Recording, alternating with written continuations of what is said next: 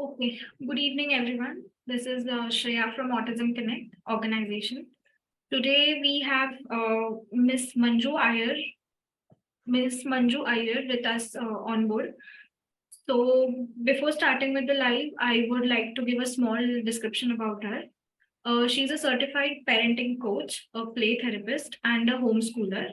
She is also the founder of the Playtime program, a parent empowerment program to train parents so that they can help their kids with special needs.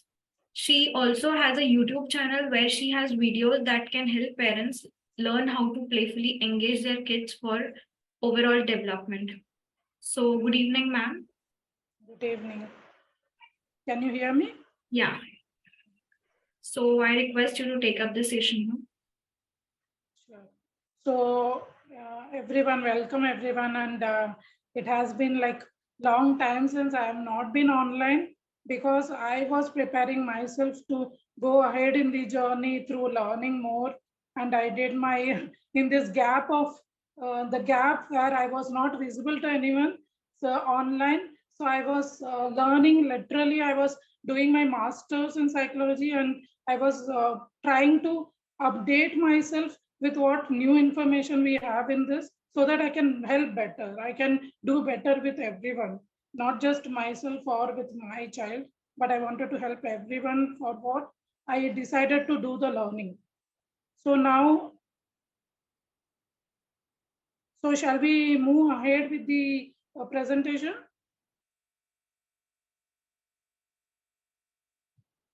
Yes, ma'am. So today's topic has been about thinking skills. So why thinking skills are important? Like most of us know that how our children they literally struggle for thinking skills, and we have to work with them to develop that. And if it is not done, then you will see the gaps. You will see how they are not able to uh, do it very naturally the way other children do it. Okay, so thinking skills help in every walk of life. You will see that. Okay, Shreya. Okay. So thinking skills help in every walk of life. Like whatever you do in your daily life, you need that thinking skill. Then only it is possible for you to take a decision, to problem solve whatever problems you face in life. So it becomes very important. So as the first line itself says, the second line again I'm repeating that it helps in problem solving. So problem solving is something very important for our children, for so that they can think about it, like how do I face this problem, how do I solve this problem, what are the ways I can solve it. So mostly if you see in our journey, you will see that most of our conversations with our children on the autism spectrum is like given is like I'm asking questions, I'm giving instructions, I'm telling the child do like this, do like that. So we are not giving any chance for problem solving, we are not letting them think itself, because it has become a habit for us, and there is no one to blame for this, like why we are doing like this. There is a reason behind that, because it is like we are not getting anything from them in exchange. That is why we got trained ourselves by asking questions and answering the questions, kind of conversation we started having with our children. But it's very important that we literally slow down and we try to understand that what is happening, are we giving that opportunity. So we are going to see in the next slides, coming slides, how do we do that. So thinking skill helps in understanding social situations as well. Like you people know that when our children they are going into in the social situations, they don't check what others are doing. Okay, they miss that, and they try if others are doing, if you have put them in a social group kind of, okay, they are playing in a group or they are learning something in a group, you will see that they are not able to keep up with other kids, copy them, and do the same thing. So because they are not using that observation, that thinking skills to copy. So when the thinking skills are developing, you will see that difference as well. It will help them to understand what is happening around them, and they will react accordingly. So let's move to the next one. So how can we encourage our kids to think? So we are going to see How can that be possible for our kids? How we can help them at home, like literally on day-to-day life activity, you can develop thinking skills. Show them how we think. So here, what I'm trying to say is how we think we have to be allowed about that. By how do we do that? By thinking aloud ourselves. Like when I am doing something, I'm saying it loudly. Oh, it is raining. Okay, I'm giving you a situation now to understand it better. So when it is literally raining, the clothes are there, and I'm saying it loudly. Oh, it is raining, and the clothes can get wet. What do I do now? Okay, now here what I'm doing, I'm thinking aloud. When my child is present there, it is important that the child is listening to you at this time. Like you may think that they are not listening. It's not true. Most of the time they are listening to us. Okay, even if we are not talking to them directly, they are listening. They are aware. Okay, a little older kids I'm talking about. The kids who are small, they can have sensory issues, so there can be possibility that they are not listening that much. But the older kids, when the sensory issues are reducing, you will start that they have started observing and they are listening to you. Okay, so when the situation is such, what we do is we think aloud. We start thinking that okay, what do I do in this situation? So maybe your child comes and thinks with you. Okay, maybe we can remove the clothes, or what we can do, kind of maybe give suggestions. It is possible that they don't give any suggestion if they are verbally not that interactive now, so they don't give suggestions. But what you do, then you give the problem solution as well. You say, I can remove them so that I can save them from the rain, the clothes will not get wet. So now you're thinking aloud the solution as well, not just the problem. Okay, so this is one way how we can show them how we are thinking. Okay, now again, what else we can do? By describing what is happening around us. So this is very similar to thinking aloud as well, because in describing, we also can describe what they are doing. Okay, it's not just we, but when they are doing something, like they are playing with something, and we can describe, for example, the child is playing mummy finger, where are you? The child is singing a rhyme. Okay, so maybe you can join them and you can describe, oh, you're playing mummy finger. Can I join with you? Here is my mummy finger.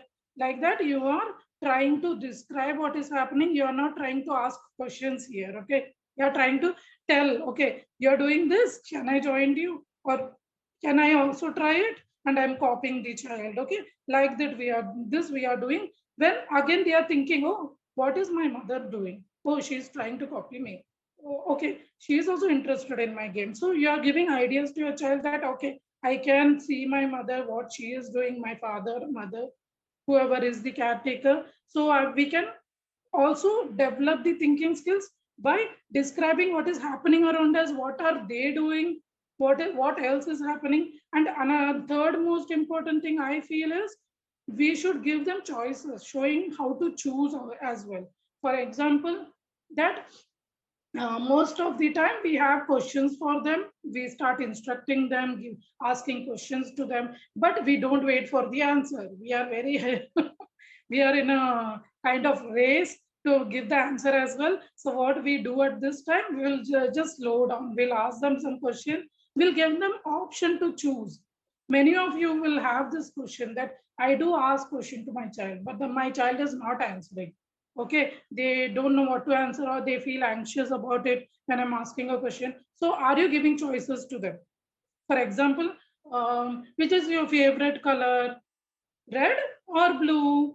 Pink or blue? Or so you are giving choices to your child. So it is easy for the child to pick the choice. Okay, and that what will happen is that it will help them think as well, because they will not go into anxiety, because you have asked them open-ended question wherein there are so many choices and they can get confused. When you give choices to them, two choices to choose, their anxiety comes down and they are able to choose. They are able to have that conversation, small conversation with you. Okay, so this is just the starting of thinking skill. I mean, you are in a very starting stage wherein you want to make your child express something. At that time, you can use those questions. So it can differ according to the age and level of the child. So it's not like fixed. This is just an example overall for the children. So let's go to the next thing also. Letting them think. So this is again very, very important. If you really want to work on thinking skills, then are we letting them think? Are we giving them that opportunity to think? So how shall we go by step now? Like try not to solve their problems.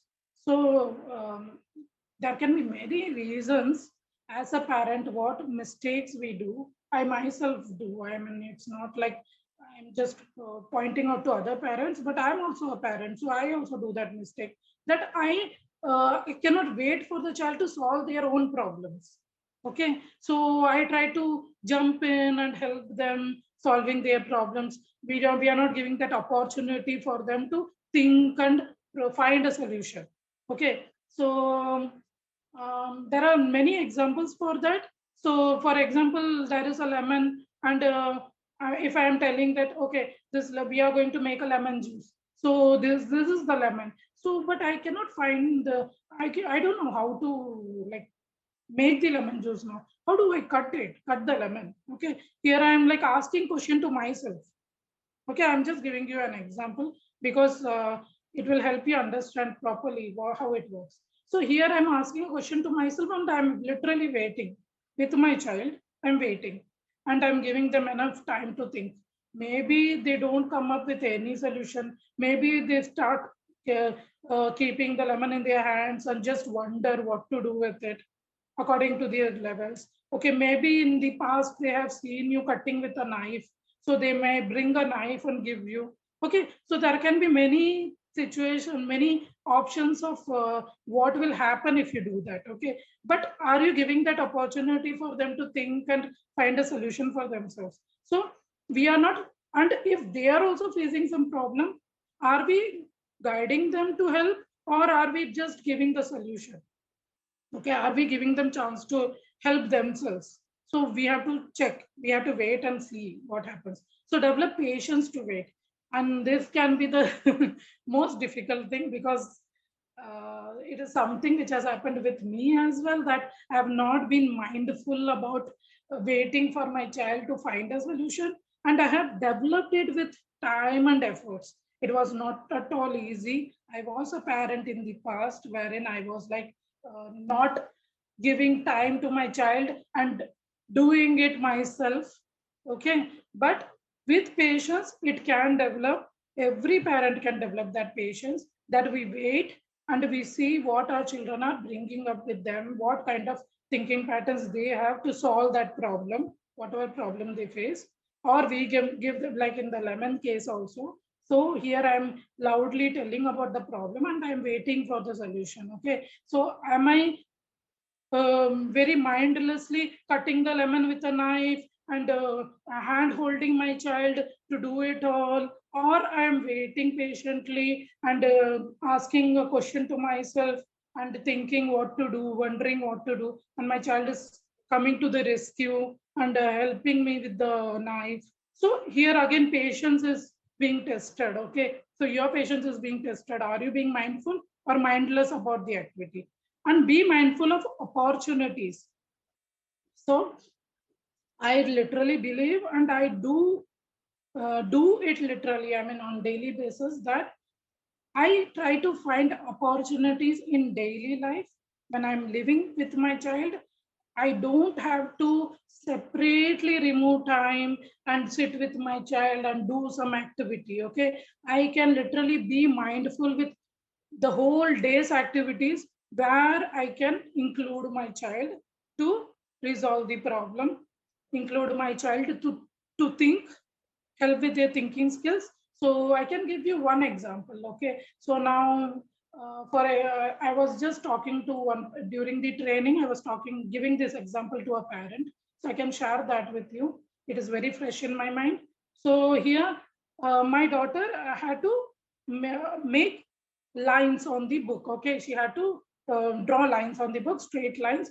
So she had to do it with the scale. So now what I do is I jump in and what I say is I'll hold the scale, you draw it with a pencil. Okay, because she was doing it for, I mean, it is a little older experience, okay, older example. So when she was not able to hold the scale properly, draw the line. So how am I helping her? That I am doing one activity for her and I'm letting her do the another one. Okay, so we are doing it together.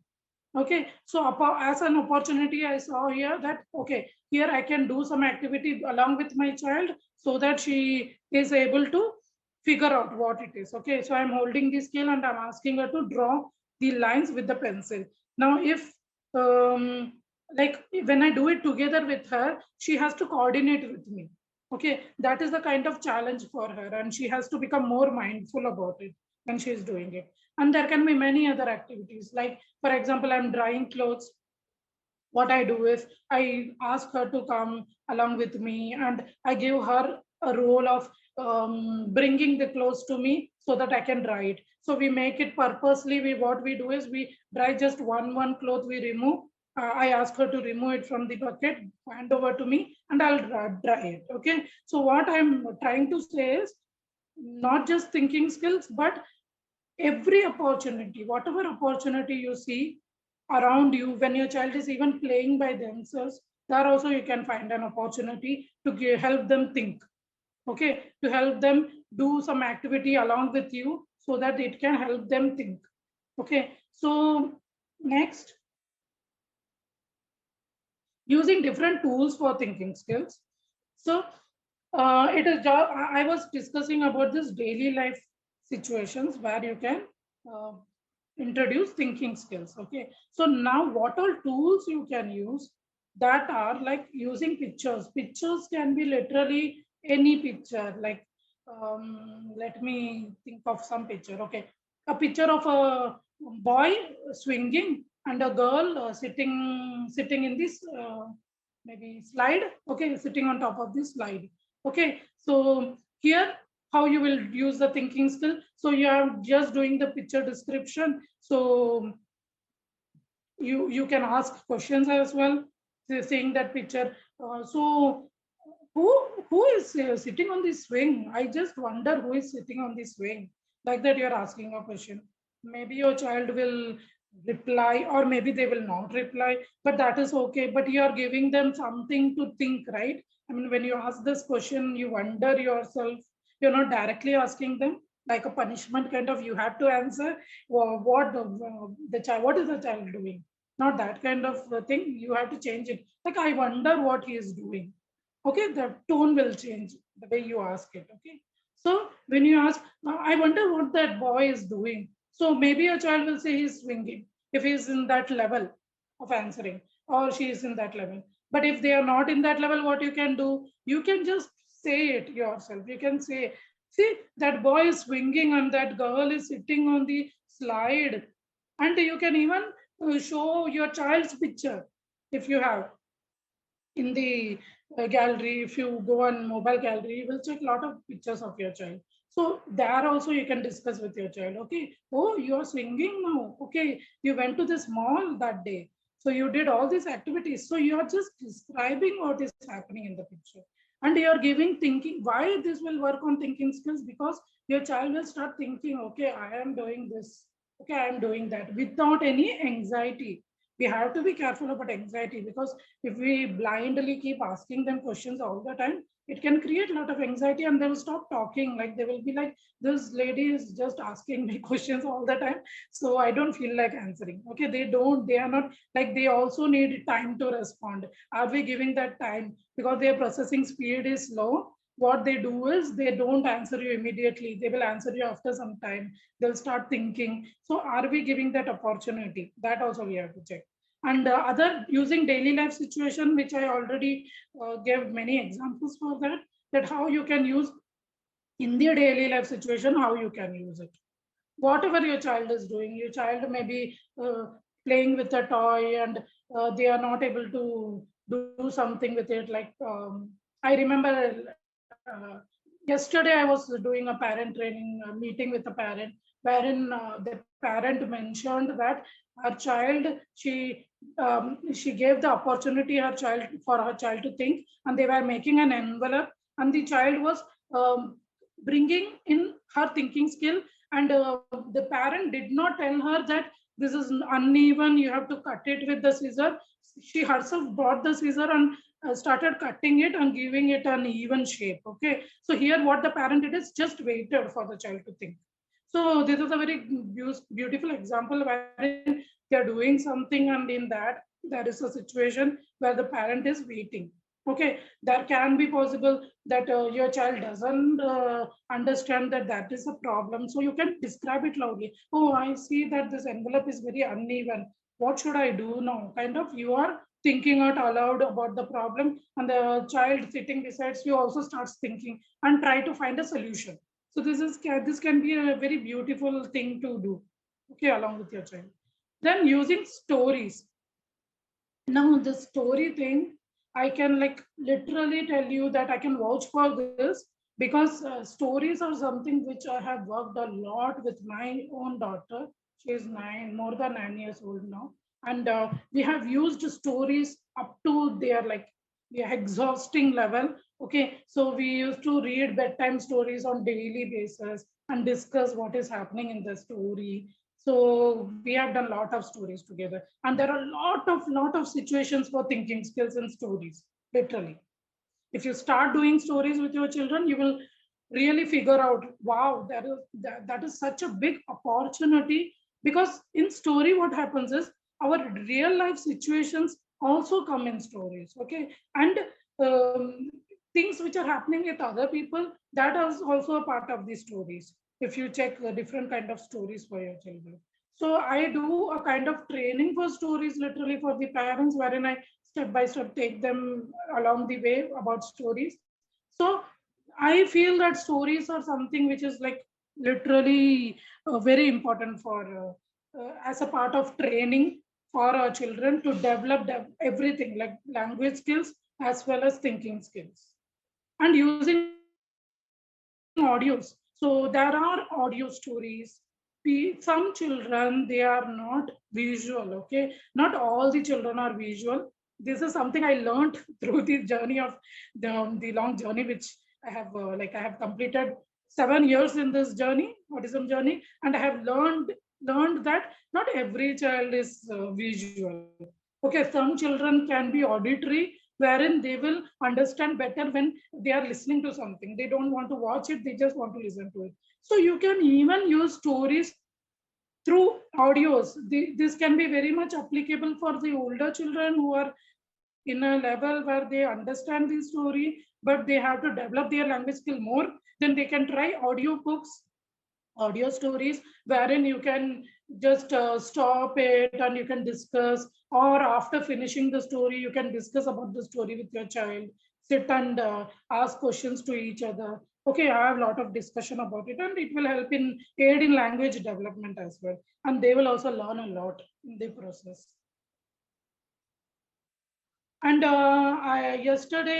what I did is I posted about this webinar, today's webinar with Autism Connect, and I asked parents to ask me questions, but because of the time limit, I did not literally take all the questions. But don't worry, you can send me a WhatsApp. I will answer your questions there. Okay.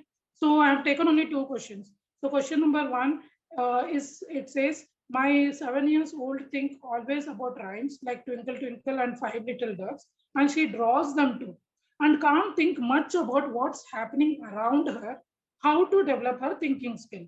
So this is a parent who have asked this question for a 7-year-old. Actually, this is a very, very beautiful example of how children literally are more interested in their own interest areas and they don't want to move to other areas. But this is nothing to worry about. Okay. Here I see a lot of opportunities for you as a parent. The opportunity is that rhymes like twinkle twinkle and five little ducks, she's very drawn to them. Okay, so what you do is you take it as an opportunity now, and what you do is you create these situations at home. Okay, so you bring five little there are duck. I have all this at home, so I can tell you. this being a play therapist, I did a lot of play with my child. So I have everything at home related to that. So we have these 5 little ducks also, the plastic ones, the rubber ones, the toys. So what I do is I prepare a water, I keep a water in a tub, I put that 5 little ducks in there, and I am literally playing with my child, singing that song and pushing the ducks ahead. Okay, why I'm doing this, let me tell you. Now I really believe in this, that if you get interested in your child's activities, your child will start showing interest in what you want her to see. Okay, maybe she's not interested in looking around her, but if you are introducing what her interest is, she will start looking around also.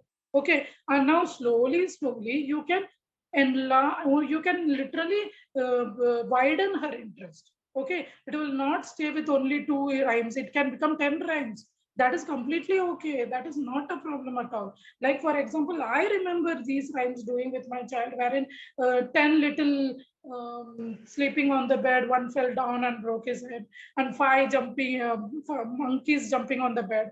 Okay, those rhymes also, we used to create that situation at home. And my daughter, like, she used to love those. Okay, so why we have to do that with our children? Because slowly they will start showing interest in us as a person. Okay, she'll start seeing you with wide eyes and with lot of wow kind of feeling. Okay, and this will be an opportunity for you to engage with her very meaningfully, because she is giving all her attention to you. Okay, so this is never a bad thing, it is a very good thing, and you can literally develop her thinking skills by taking her step by step to the next level. Okay, by bringing her more rhymes, by taking out a storybook related to these rhymes. There are books also. Okay, so you are introducing books through her stories, so it's wide, the ideas are wide, there are a lot of opportunities. So let's move to the next question as well. My 7.5 years old does not put effort to think and gives up easily, how to help? So here the parent is asking that the child is not putting effort to think. Okay, this happens. I can tell you the reason why it happens. It happens because it is very difficult for them, that they have to, because they, from the starting, if you see the society also around them, wherever they go, everyone is in a hurry. Okay, no one has time.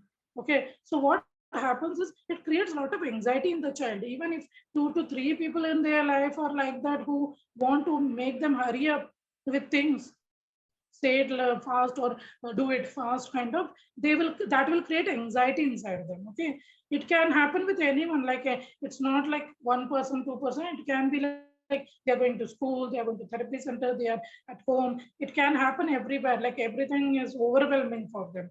And what happens is, slowly what happens is, as a parent or as a therapist or as a school teacher, whatever, we are not very patient. Okay, it's not an easy task to be patient with our children. Okay, many are very good at it, many are bad at it.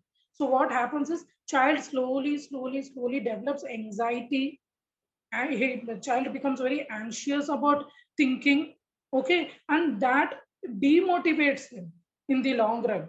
Okay, and slowly he will stop putting efforts, because the thing is that we start assuming also that he's not able to think, or not putting effort to think.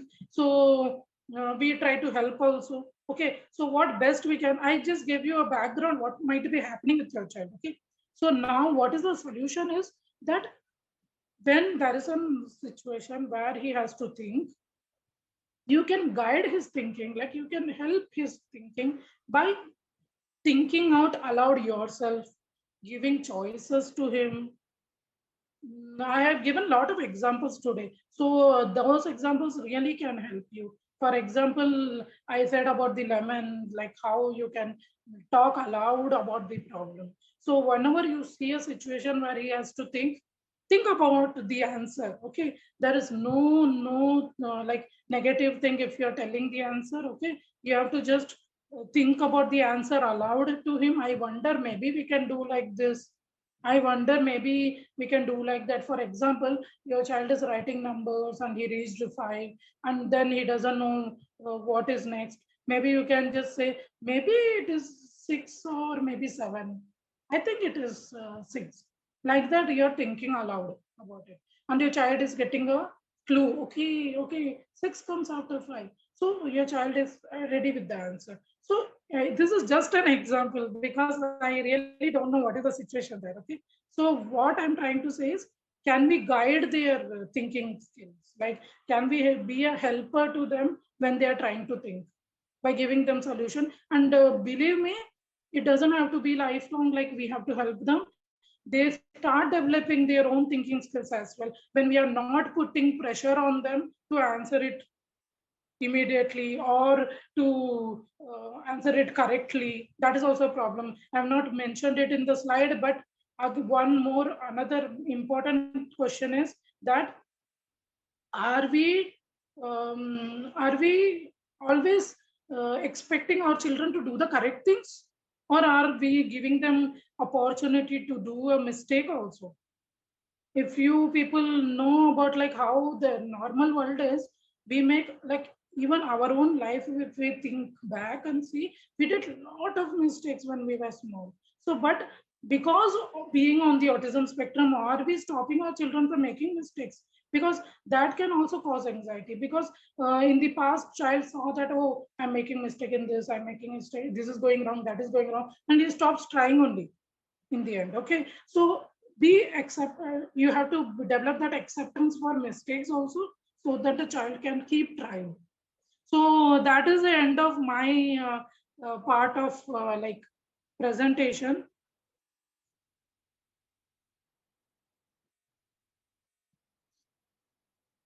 So Shreya, you can just ask Yes, question. ma'am. Yeah.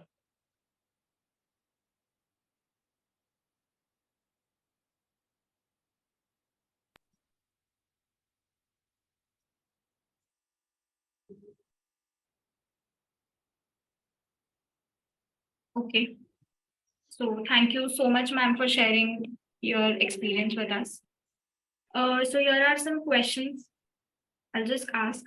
First question is why you choose to work with parents in training them?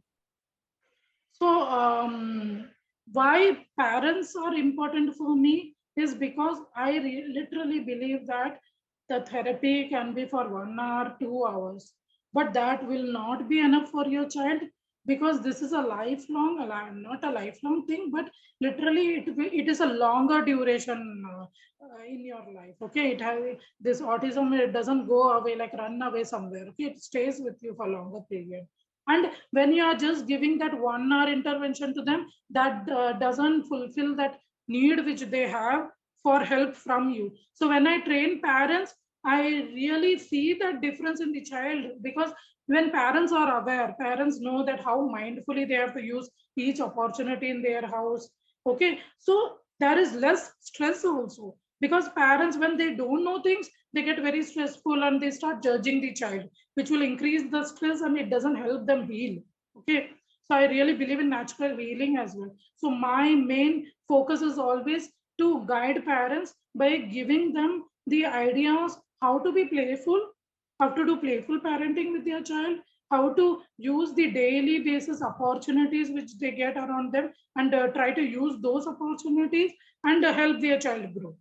So this is what I believe in. That is why it's important for me to train the parent, and I do that as well through my program. Thank you. Okay. So our next question is any suggestions for new parents in this journey? Yeah, I very recently I restarted working with parents as I finished my education now, like post graduation. So I started doing this work with parent, and many new parents are coming to me, and they are asking like training, parent training. So what I observed is they are in lot of stress. Okay, and they are very like they are also judging the children for their activities. So my real plead for to you is that please be work on yourself, take counseling sessions. If you are feeling very disturbed and the acceptance is not coming easily, then you have to work on yourself. Be mindful of how you are behaving, and always remember, this childhood will not return.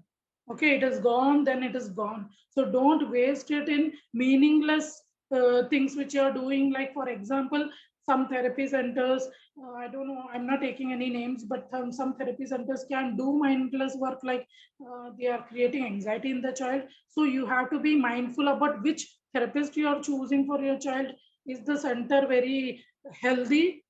I mean, healthy, mentally healthy for your child, wherein playful activities are happening, or it is a kind of strict activities like meant to be doing with adults kind of activities are happening, wherein the therapist is very strict about everything. Because for this therapy is not given to the adults, it is given to the children. Okay, and when the new parents take their 2.5-year-old, 3 years old children to these centers, and if anxiety is developed there, then it stays for long, and it can create trauma to them, and it can really affect their mental health. Okay, so I'm not saying no, don't go to therapy centers. No, I'm trying to tell you that choose the right therapy centers where the therapist or the person who is guiding is very playful with your child, starts to tries to build a bonding with your child, and works with your child in the process. If you you ask any senior professionals or senior parents, they will tell you that it's very very important that when the child is small, playful intervention is very much important. It will really help you in the long run, and keep your child away from anxieties and traumas as well. So thank you so much. You can ask me the next question. Yeah. So our last question for the day is, how has your life changed after 7 years of this autism journey with your life as well as working with other parents? So I have become very mindful. I have spiritually grown a lot, and I'm normally a hyper person. I speak fast and all, but in this journey of 7 years, I've understood that not everything I can do as a parent. When my child was small, I took everything in my hand and I did all her therapies myself. I trained myself in play therapy, I did a parent coaching training, and I used all this knowledge with my child who is also on the autism spectrum. So I did all those work for 4 to 5 years with her, and she's in a very good state now. But then I realized that it cannot go on like that. I have to trust others as well, and I have to take help from others. And I have started taking help from others now. Like she goes to yoga class, she goes to dance class and drawing class. So I'm homeschooling her. So I have put her, I'm sending her to different guides who are awesome gurus to her. So we have to find those gurus as well who can really help our children in the long run to grow with them in the journey. So also it's important that when I'm doing parent training, I always tell parents that yeah, I'm doing parent training, I'm doing it for you. But that doesn't mean that you stop taking help from others and you try to do everything yourself. That is not possible. You have to take help from others, because otherwise you will become very overwhelmed and it will affect your mental health. So it's very important at a stage when they are small. Still I would say that try to do it yourself, because you know your child well. And if so try your best to do it, and try to find the right people in child's life, and send your child to those people. But don't overwhelm them with therapies when they are small. Choose the best ones and less ones. I mean, not don't send them to lot of therapy centers, kind of lot of therapies. Don't do that. But when they grow up a little, at that time you can like take help from others, and you can literally delegate the work, because I have started delegating everything now. At this stage, I'm very confident about my child, and I'm ready to delegate the work. So that is my suggestion. As when I see my journey of 7 years, that is what I understand in this journey, that you have to work on yourself as well.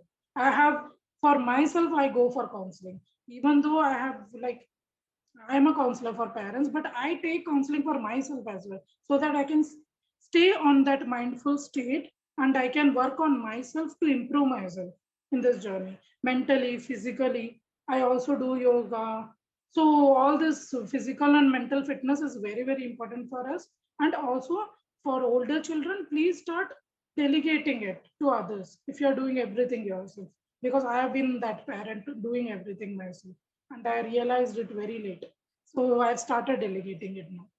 So that's it from my end. So yeah. Thank you so much, ma'am, for this amazing session. We would So, love to see more such collaborations with you in future. sure, sure. Thank you. Thank you everyone for connecting, or people who are going to see it afterwards. So do connect with me on WhatsApp. If some questions have not been answered, you can ask me on WhatsApp. So I have many of you have my number. If you don't have, then you can connect with me on Facebook as well. I'm there. So through Autism Connect, you can connect and I can answer your questions. Thank you.